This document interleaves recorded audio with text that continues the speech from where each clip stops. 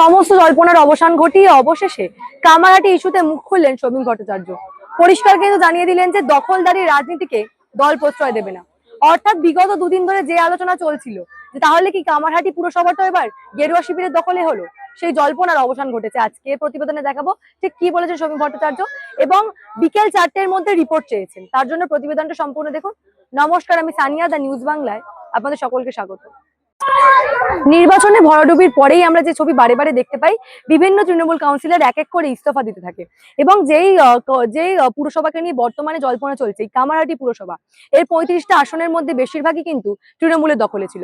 কিন্তু আমরা কদিন আগে পর্যন্ত যে ছবি দেখতে পাই, গোপাল সাহা সেখানে এই কামারহাটি পুরসভার কাউন্সিলর, তিনি ইস্তফা দেন নিজের পদ থেকে, এবং তার পরবর্তীতেই একটি বোর্ডের মিটিং হয়। বোর্ড কমিটির মিটিং এর পর লক্ষ্য চট্টোপাধ্যায়ের ভাই সুশান্ত চট্টোপাধ্যায় তিনি কিন্তু এখানে নির্দল কাউন্সিলর হয়ে যান।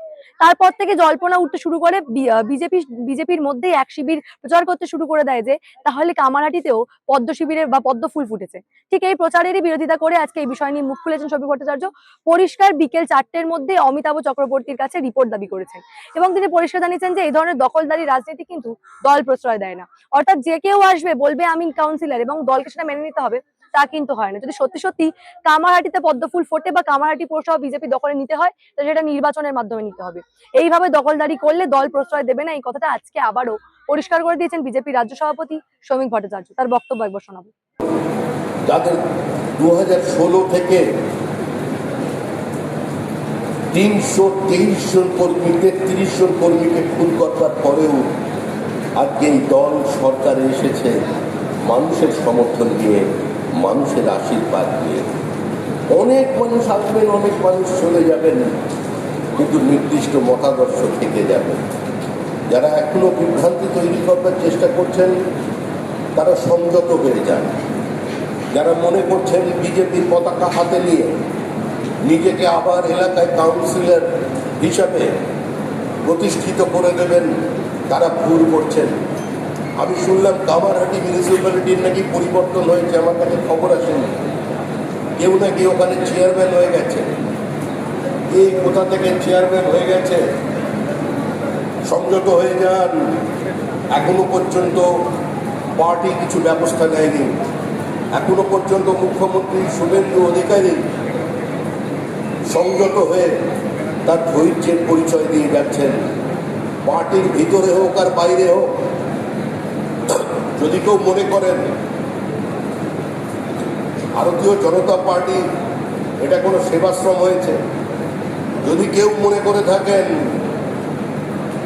যে বিজেপি একটা হরিনামের সভা, যে কেউ আসবেন, যে কেউ নিজেকে কাউন্সিলর বানিয়ে ফেলবেন কলকাতা কর্পোরেশনের, বড়নগর, কামারহাটি, বিধাননগর কর্পোরেশনের, পার্টি চুপ করে মেনে নেবে, এটা হতে দেওয়া যাবে না। এরপরে যদি এই ঘটনা চলতে থাকে, যারা কামারহাটি থেকে এসেছেন, জেলার কেউ থাকলে দেখবেন, জানাবেন। আজকে বিকেল 4টের মধ্যে অমিতাভ চক্রবর্তীর কাছে কিসের ভিত্তিতে আজকে এই প্রচার হচ্ছে কামারহাটিতে যে বিজেপি ওখানে মিউনিসিপ্যালিটির বোর্ড গঠন করেছে? কার ভিত্তিতে বিকাল 4টের মধ্যে অমিতাভ চক্রবর্তীর কাছে রিপোর্ট জমা দেবেন? কোন নেতা হোক, কোন মন্ত্রী হোক, কোন বিধায়ক হোক, এখানে কারোর কথা চলবে না। রাজ্যের মুখ্যমন্ত্রী নির্দিষ্ট বার্তা দিয়েছেন, তার সরকারের পক্ষ থেকে নির্দিষ্ট বার্তা দিয়েছেন। মিউনিসিপ্যালিটি কর্পোরেশনে যখন অচল অবস্থা তৈরি হয়েছে, সেই অচল অবস্থা দেখবার দায়িত্ব পশ্চিমবঙ্গ রাজ্য সরকারের, ভারতীয় জনতা পার্টির নয়। এখানে সরকার এবং দল আলাদা। এটা বিজেপি সরকার নয়, পশ্চিমবঙ্গ রাজ্য। এই দখলদারি রাজনীতি দল কখনো প্রশ্রয় দেয় না, আজকে পরিষ্কার করে দিলেন বিজেপি রাজ্য সভাপতি শৌভিক ভট্টাচার্য। একেবারে রাজ্য বিজেপির কার্যালয়ের মুরলীধর থেকে পরিষ্কার এই বার্তা তিনি আজকে দিয়েছেন। শ্যামাপ্রসাদ মুখার্জির 125তম জন্মবার্ষিকী উপলক্ষে তিনি এসেছিলেন, এবং সেখান থেকে এই কামারহাটি ইস্যুতে আজকে তিনি মুখ খুলেছেন। পরিষ্কার জানিয়েছেন যে একেবারে এ ধরনের কোনো কিছু দল প্রশ্রয় দিচ্ছে না এবং তারা মেনে নেবেন না, এর বিরুদ্ধে ব্যবস্থা হবে। অন্যদিকে যেমনটা আমরা দেখেছি যে নির্বাচনে ভরাডুবির পর থেকেই বিভিন্ন কাউন্সিলররা কিন্তু ইস্তফা দিয়ে চলেছেন। একেবারে পুরসভার ডামাডোল পরিস্থিতি আমরা বারে বারে দেখতে পাচ্ছি। এক এক করে যেমন প্রথমে আমরা দেখতে পেলাম গোপাল সাহা, যে প্রথমে যেমনটা বলছিলাম, এই কামারহাটি পুরসভার তৎকালীন কাউন্সিলর গোপাল সাহা থেকে শুরু করে বাকি যারা রয়েছে, ৮ নম্বরে দীপাংশু ঘোষাল, ১৯ নম্বর ওয়ার্ডের লক্ষ্মী বিশ্বাস এবং ২৭ নম্বর ওয়ার্ডের শ্যামল চক্রবর্তী, প্রত্যেকেই কিন্তু কাউন্সিলর পদ ছেড়ে দিয়েছেন। এবং ঠিক তারপর থেকেই আমরা যে ছবি দেখতে পাই, বিগত দুদিন ধরে যে খবর বারে বারে ঘোরাফেরা করছে, যে নির্দল কাউন্সিলর হিসাবে লকেট চট্টোপাধ্যায়ের ভাই, তিনি বর্তমানে এই কামারহাটি পৌরসভা কাউন্সিলর হয়েছেন। এ বিষয় নিয়ে লকেট চট্টোপাধ্যায় কি বলছেন তার বক্তব্য একবার শোনাবো। কি বলবেন? নির্দল কাউন্সিলর ছিলেন।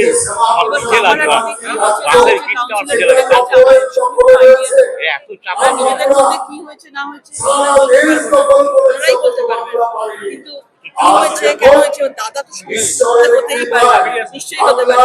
তিনি তো নির্দল কাউন্সিলর, তাদের কি করে পড়েছে না হয়েছে তারা জানে। যদি আমার ইচ্ছাকৃতভাবে আপনাকে জড়ানো হচ্ছে না, এটা তো থাকেই, এটা তো মিডিয়ার কাজ থাকেই। দাদা, নিজের বাবা, কাকা সবাইকে জড়ানো হয়। পলিটিক্স, রাজনীতি এমন একটা জিনিস, জড়ানো উচিত না। তারা আছে, সেই ভোট বুঝবে, তাদের আছে, আমি কে আছে সেখানে। আর শ্রমিক বাবু বলেছেন আজকে 4টের মধ্যে রিপোর্ট দিতে, কি করে ব্যাপারটা হলো? নিশ্চয়ই নিশ্চয়ই আমার যেরকম নিয়ম আছে সেরকম হওয়া উচিত।